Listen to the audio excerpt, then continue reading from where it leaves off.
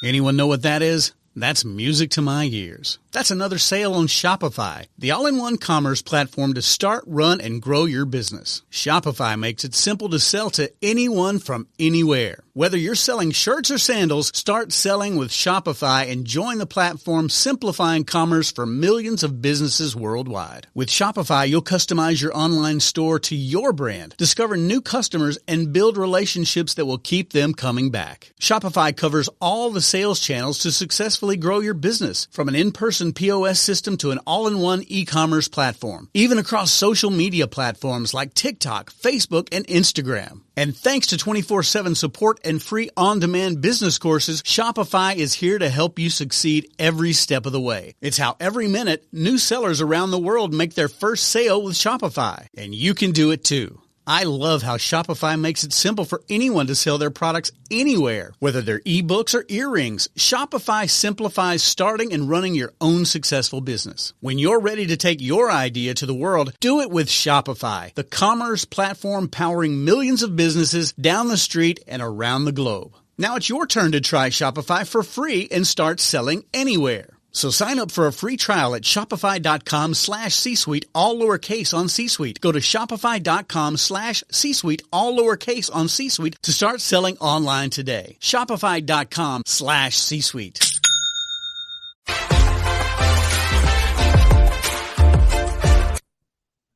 Hello and welcome to this episode of Authentic Achievements, where it's my absolute delight to be joined by the fabulous Joe Templin, who is an author and a human Kaizen, which I just love and can't wait to start to get into a little bit more detail. So Joe, welcome.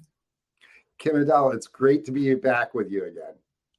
Oh, absolutely. I so enjoyed our last chat on USA Global TV. I was like, we're going to have to continue it because we only scratched the surface and we didn't really get into what is a human Kaizen. I have to ask because I've been fascinated. So Kaizen is the Japanese concept of continuous improvement.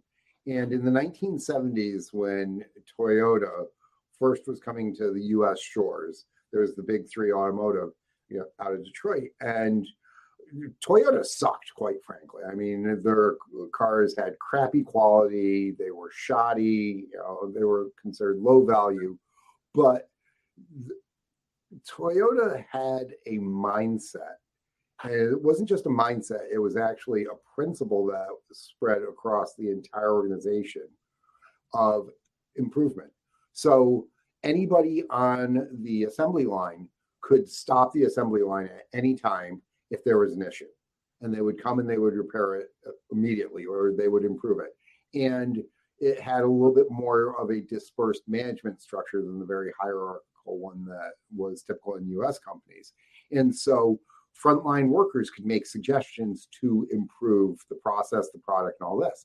And what happened is it created these very short feedback loops where every single month, essentially, the cars were slightly better and slightly better and slightly better. And very quickly, they caught up with the U.S. manufacturers and then surpassed them. And so by the time you got into the 1980s, they were absolutely dominating the market because their stuff was so good. And it was from this attitude and process and culture of continuous improvement. And so that became a really big management thing in the 90s, early 2000s, where everybody was trying to have continuous improvement. And we applied it within the business world. But why is it not being applied in our homes and to ourselves?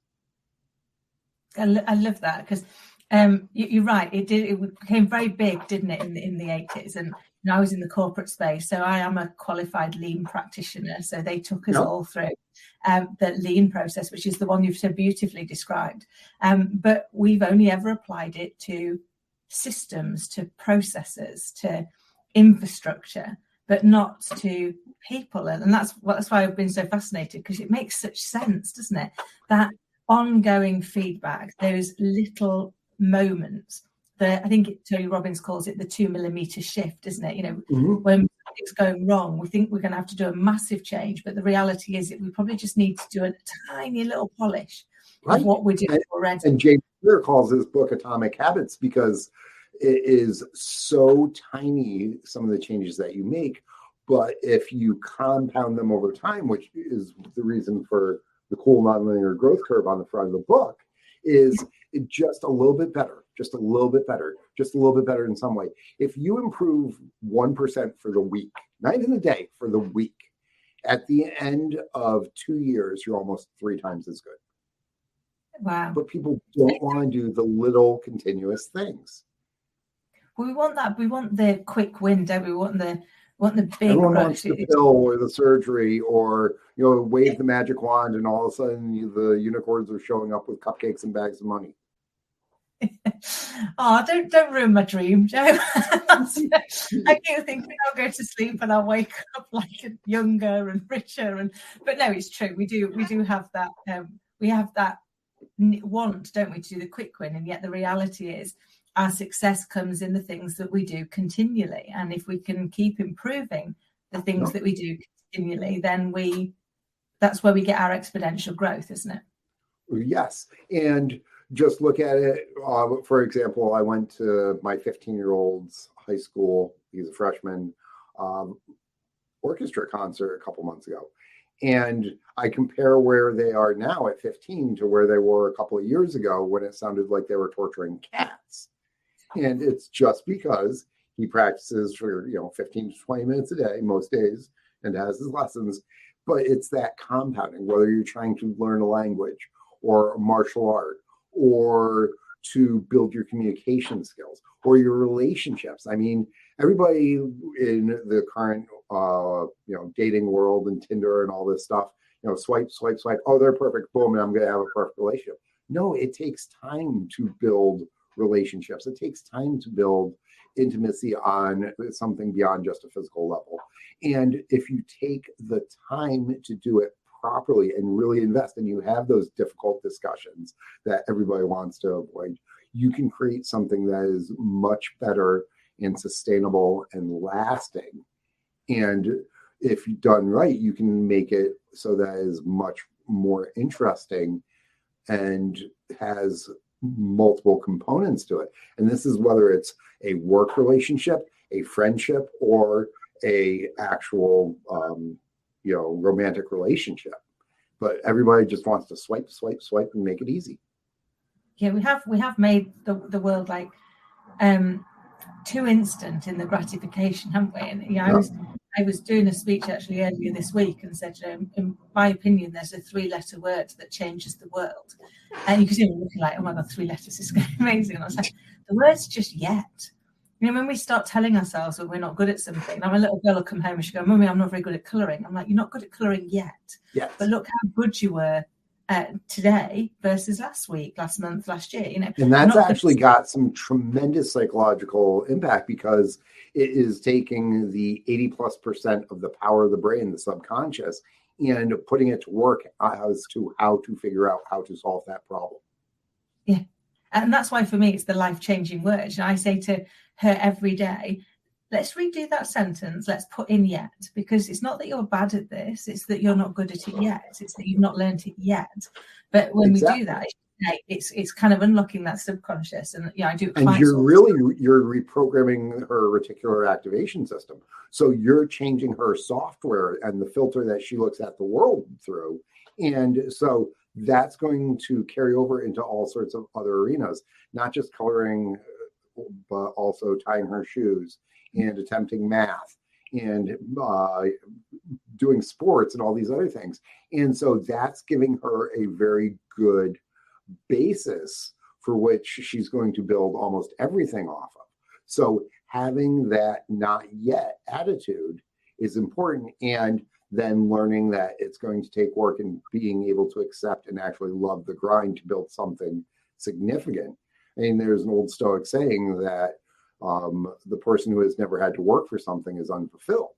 I mean, if we literally had the unicorn just showing up and giving you stuff, you'd turn into a spoiled princess, as opposed to being able to work and appreciate not just what you have, but the other people around you, and it humanizes you.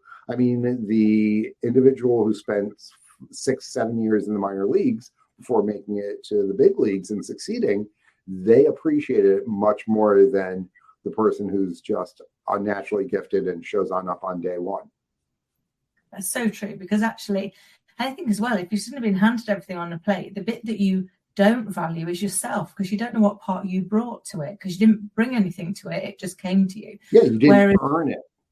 That's it. Whereas we learn the most. I always think, I guess looking back at life, I now realize that everything is a lesson, a blessing, or both. So if in the moment I don't feel blessed, I look for the lesson because it's probably there.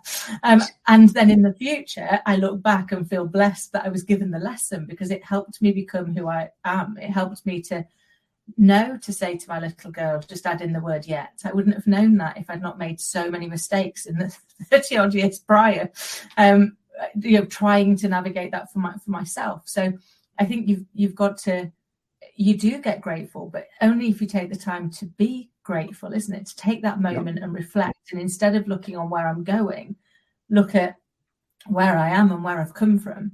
Because that's where you get the motivation to keep going, isn't it? And I say to clients all the time, I've always survived in the past. I've got a 100% track record of getting through bad days. I can keep going. I can get through this, whatever this happens to be.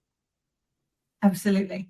But it's giving us that time, isn't it? Because I think sometimes we focus in the wrong space. And, as you so eloquently put, our subconscious brain has got 80+% of the power.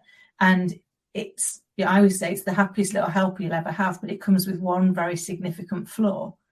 It doesn't know whether or not it's helping or harming. So whatever you tell it, it thinks it's important. So if you tell it that you're rubbish at something, it will find you all the evidence that you're rubbish at something. If you tell it you want to be good at something, it will find all the opportunities to help you be good at it. So you've got to use the right language, haven't you? So it can actually be helping you, not actually supporting your self-sabotage. And the average person has somewhere between 50 and 80,000 thoughts per day. And most of them, probably 60 to 70%, are somewhat routine. And most of them are also negative. So if we can change just a little bit of that thought process by setting up the environment a little bit better, or as you said, adding the word yet, these little things, those tiny changes are enough to change the direction of the battleship, essentially. And if all it takes is that little bit of improvement each day, it's negligible. It's essentially not even noticeable, but it is over time you can see it. I mean, the Grand Canyon took millions and millions of years to get carved on out, and you don't notice what the river is doing. But over time, it will cut through stone, and it will be able to carve these tremendous things. That is the same way that our thought processes are. And we get stuck in these processes. So sometimes you got to swim out, but they can literally achieve things over an extended period of time that people are just dumbfounded by. Yeah. Well, it is. I mean, you know for yourself, don't you, when you've been, start off and you don't know how to do something, and then if you just keep at it because it's important to you, or you're passionate about it, or you keep going, and then all of a sudden the impossible becomes possible. I always say it becomes normal, isn't it? That impossible, the very word says I'm possible. You've just got to split it in a different space. And if somebody else has done it before, you can probably do it. I'm not sure who said that, but if somebody else has been able to sit there and in poverty be able to write some of the greatest fantasy novels of the past 50 years, J.K. Rowling, you know what? Why can't I? Why, Absolutely. She did it while on the dole. Why can't I, sit there and write every single day for 15, 20 minutes? I've seen people turn into spectacular martial artists over a 10, 15-year period. And how'd they do it? Well, they started by going to their first class. I've seen people become, guitar virtuosos. And how did they start? By picking up a guitar and sucking at the beginning. But they did it every single day and compounded over time, had that success. So it is the consistent effort is one of the most important components to having authentic achievements, because as Stephen King says, a professional shows up and writes every single day. So there's going to be days when you don't feel like doing it. I mean, yesterday morning, I did not want to get up and work out, but I did it. The one secret of success is having no goose eggs, showing up and doing the job even when you don't want to. And when you can do that, it builds your intestinal fortitude. It builds your character. It builds your moral strength so that when you want to not do other things down the road that are bigger and even more important, you still have the mindset of, I'm just going to do it. You show up and take care of it. And this is one of the things that as a parent we were talking about, sometimes we don't want to do it, but we do it because this little person is dependent upon us.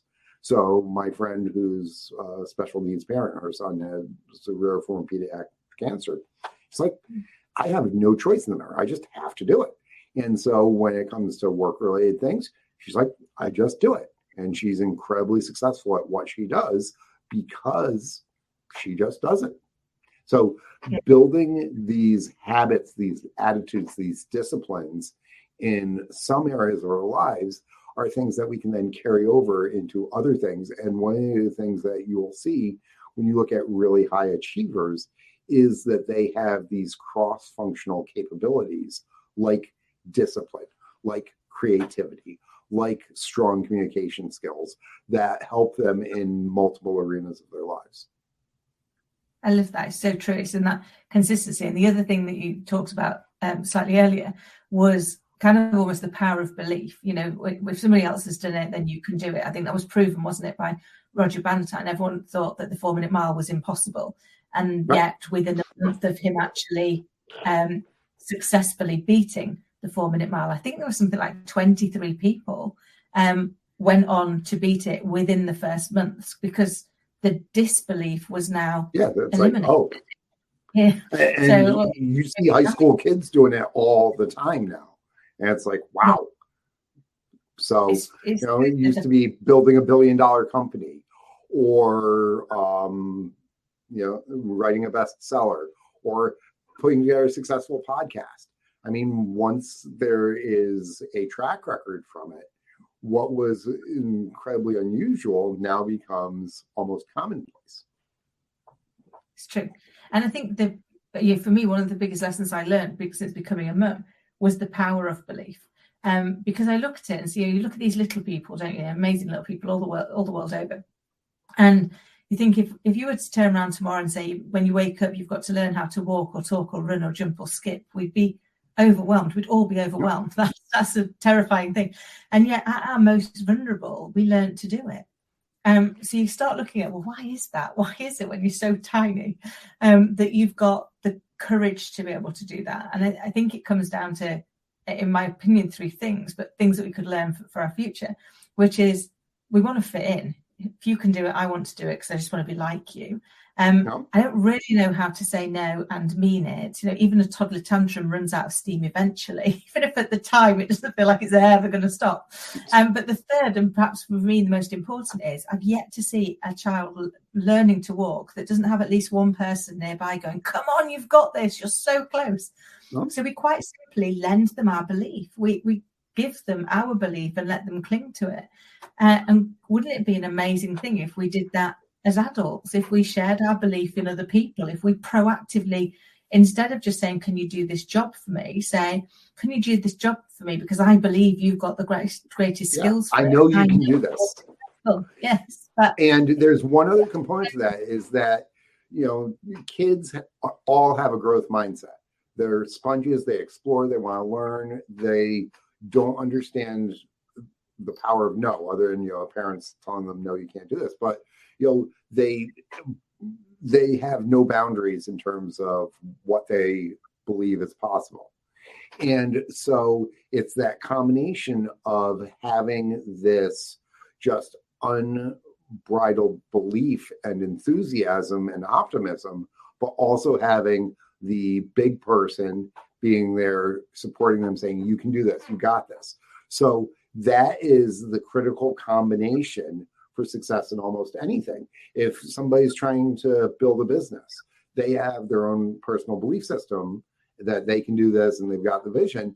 what they need is they need somebody on the outside, whether it is a best friend or a spouse or a mentor, saying, you got this, you can do this. Yeah, I understand it's a tough day. Yeah, you fell down your butt 10 times. Come on, get up, you can do this. And so having that almost cheerleader is one of the things that helps unlock the potential in a lot of ways. And so professionally, I do that with a bunch of my coaching clients. And I've actually had to go on out and assemble people around myself that remind me, yeah, you can do this, dude. Yeah, it's true, isn't it? We can do it for others, but you have to get people that can do that for you. Brain surgeons can't do their own brain surgery for a very good reason. We can't we've got to operate on ourselves. So I think one of the things I like, very similar to you, I surround myself with the right support, coaches and mentors as well, because I recognize I can't do it for myself. Because you find yourself, I don't know if you find yourself doing this as well, you'll be helping a client, you'll be giving them the advice, and in the back of my head I'm like, good advice, you've not taken it. That's because I'm giving it out, but I'm not doing it myself. And, it's like, oh, maybe I should do that too. Yeah. It's like, I know this works, why am I not doing it?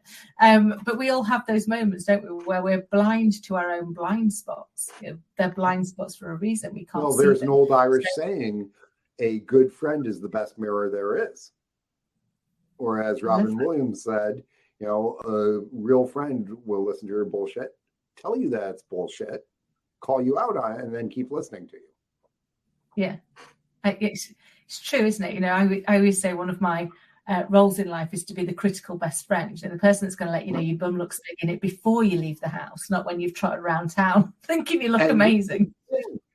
A real friend will tell you that because they want the absolute best for you. I've got a friend who she's like, I just want people to make it easy for me. I don't want any pushback. And I'm like, that's not a friend. That's an enabler. You're basically, you don't want criticism. You don't want somebody to challenge you and bring out your best. You want somebody to just make you feel good all the time. That is an addict mentality. You're just basically saying that you're drunk and you want somebody to always drive you to the bar and pay for your drinks, as opposed to saying, no, dude, don't do that. And this is one of the differences. And this comes about talking about excellence or achievement, because champions want to be coached and coached hard. People who don't want to be pushed that way aren't going to become the best version of themselves. And so they're going to have regret over time. They're going to pull other people down mentally and emotionally and potentially even physically and financially. But the people who say, show me my flaws, tell me what I can do better. I was having dinner with a friend the other night. I'm like, I'm screwing up. And, I think I'm screwing up like this and this. And she's like, well, actually, you're screwing up like this. And this is some of the things that you should do. And so a good friend, a good mentor is going to tell you that, not because they want to hurt you, but because they want to help you. But it's just like lifting the weight. And, it hurts lifting the heavier weight. You have to tear the muscles a little bit to grow bigger and stronger. It's like if you're Tiger Woods, who basically redid his golf swing to make it even better. So it's being able to go through that painful self-discovery, very often guided by somebody else who cares about you, and take a step back so that you can take multiple steps forward. I love that. It's so true, isn't it? 'Cause if we think about most of the things that propel us forward, they have to come back first. They have to come, catapult. You've got to pull it back for it to be able to move forward. So I always try and remind myself of that analogy when I'm thinking about it. Sometimes I have to take that step back to be able to do that move forward, and to be able to be the best version of myself, because I think that's our yardstick in life. I always try every day to be a better me than yesterday, because if I can achieve that, then eventually I'll be a really good me, hopefully. Yeah, and I say I'm a practicing Catholic.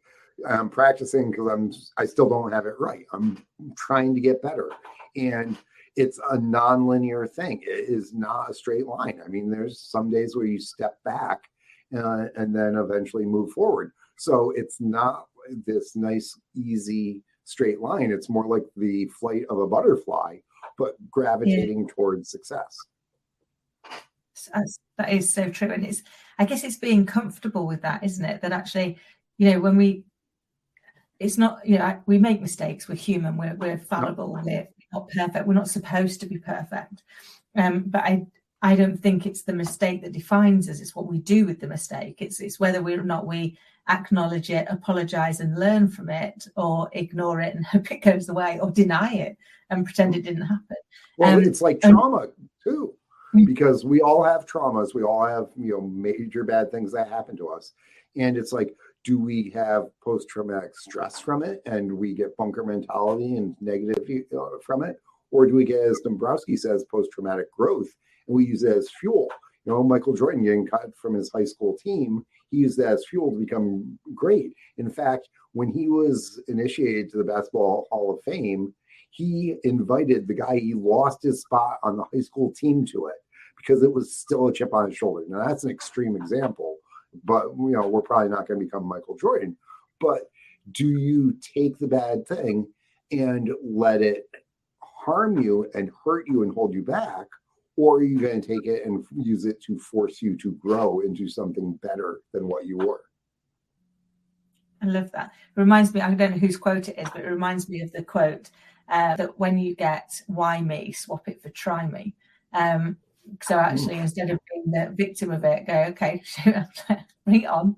Let me see how far I can get. And I guess that's the thing. If we can find the thing that motivates us to keep going, to keep moving through, and I think sometimes that can be inside of us and sometimes it can be outside of us. I know in some of my most traumatic experiences, like your friend, albeit my daughter doesn't have any illnesses, she was my greatest strength because she needed me. She was a baby. So it was like, I don't get to break down. I don't get to give up and go and crawl under a duvet and feel sorry for myself because she's one. She needs feeding. She needs looking after. Yeah. She needs loving, nurturing. So actually just focusing on her helped me get through until all of a sudden you looked back and was like, oh, look, months have gone. I'm still here. Yeah, I'm still living. You become strong because you have no other choice. And then after the fact, you realize how strong you were and became. And then you can take that and apply it in a new way. And so Malcolm Gladwell talks about this. He calls them desired difficulties. So you look at like the owner of the Mets, Steve Cohen, had dyslexia as a kid. He still has it. And so he had to learn a different way of learning and applying stuff. And that it gave him an advantage later on when he was building his career as a trader. So if you have a disadvantage that you have to work harder for, and you can turn it into a unique special capability. Another example that I use around that is Bruce Lee. Everybody loves Bruce Lee movies and they love, all the cool kicks that he was doing and everything. Bruce Lee had one leg that was slightly shorter than the other one. Really? And so instead of this being a hindrance, he turned it into an advantage and became, because of the slight difference, he was naturally talented at spinning kicks. Cool. And with the thousands and tens of thousands of hours of practice, he became Bruce Lee. And that became one of his signature moves because of it. Tony Iommi from Black Sabbath. Tony Iommi lost the tips of his fingers in an industrial accident in the early 1970s. So he couldn't play the guitar the normal way. So what did he do?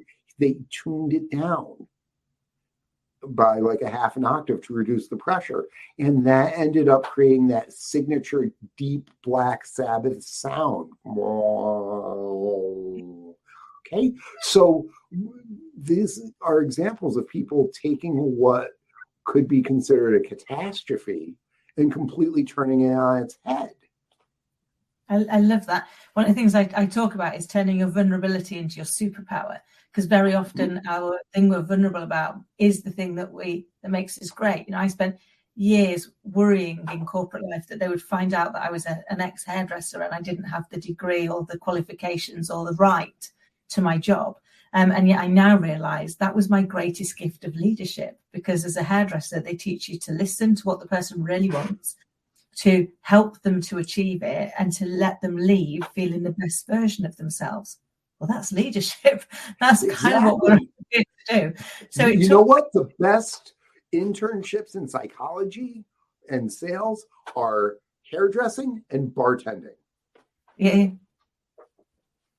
So you learn to listen, you learn to bring out the inner beauty in the other individual, which is ultimately what leadership is about. Leadership is about being the black velvet under the other people's diamonds and letting them shine.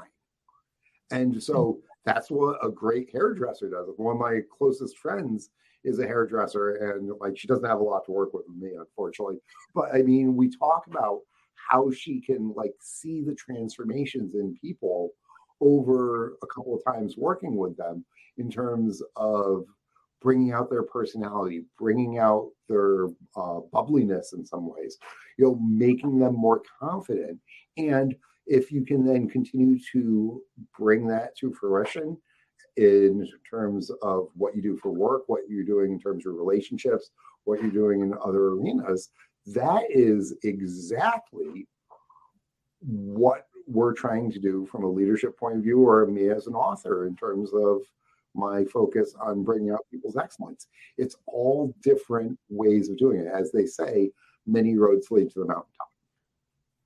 I love that. I love the whole analogy about being the velvet underneath somebody else's diamond. What a beautifully eloquent way of putting it, because that is what leaders are there for, to hold others up and let them shine their light brightly.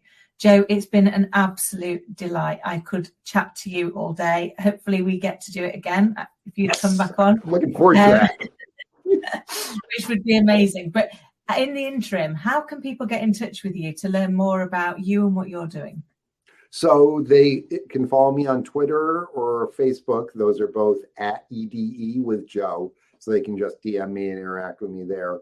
Or if they go to the website, everyday-excellence.com. That's everyday-excellence.com. I put up new blog posts every day. These podcasts go on up there. There's Twitter feed, all these other things. And they can reach out to me directly through there. Amazing. I will make sure all of the links to that are in the notes below for anybody that is listening or watching. I hope you found it as insightful as I did. Joe, it's been an absolute joy. Until next time, thank you. Kim Adele, thank you. Be excellent and grow today. And you, take care. This podcast is a part of the C-Suite Radio Network. For more top business podcasts, visit c-suiteradio.com.